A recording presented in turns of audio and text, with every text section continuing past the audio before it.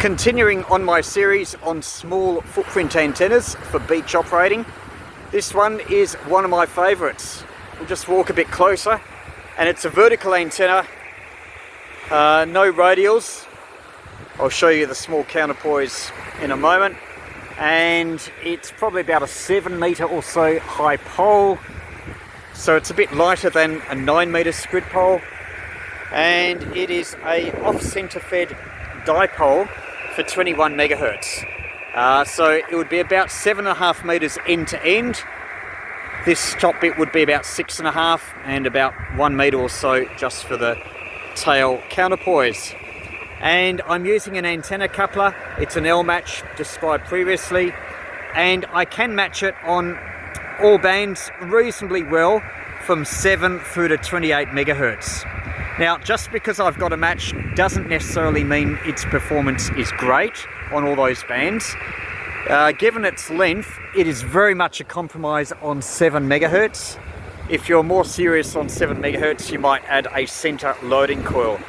But certainly, at least in this part of Australia, 7 megahertz is really important to have for parked activations, because a lot of parked activators are on that frequency, and even if your signal isn't very good, if their local noise is low, then you'll probably be heard by them. And also for people locally here in Melbourne, around the bay, 7 megahertz is okay, especially with a vertical antenna, even though we're compromising a lot on its performance.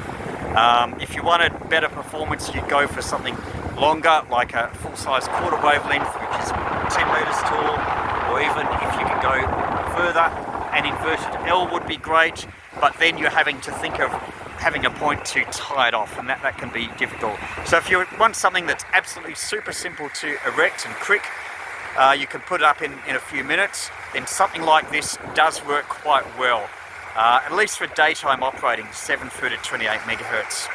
And of course for the higher HF bands, especially now we're in the top end of the solar cycle, you can get a lot of contacts on 14, 21, 28 megahertz, where the antenna is quite efficient. In fact, very efficient. Like, it's on 15 meters, it's an off-center fed half wavelength.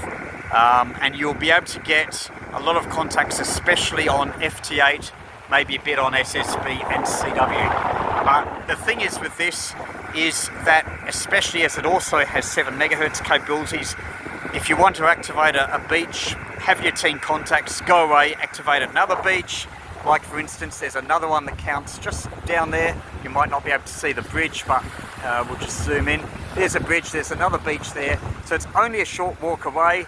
If you want to activate a lot of beaches in the afternoon, then you want something that will get your 10 contacts very quickly, very easy to set up and take down again. Then something like this is a really good solution as an antenna. Key Echo Portable. QSL Peter, 8981, QSL, you're 5 and 1, 51 QSL. Roger, Roger, thank you for the 5 and 1, thank you for the 5 and 1 and 73. 73. CQ Parks, VK3YE, VK3 Yankee Echo Portable.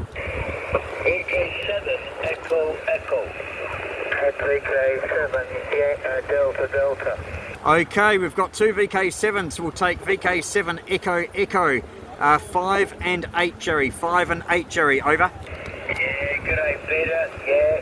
You're only 5 and 5, 5 and 6. You must be QRP, but good signal, QSL. Yeah, thank you Jerry, just using a short antenna, only good for the higher HF band. 73, Dave, VK7DD, VK7DD, 5 and 8, 5 and 8, over. Yeah, thanks for the 5 and 8 Peter, you are 5 and 4, 5 and 5. 5 and 5 with QSB Peter. Thanks very much for the contact, I've got the park of 8581. VK3 Yankee Echo Portable, VK7DD clear, 7344. No wonder you're so low, Peter. You're only down there.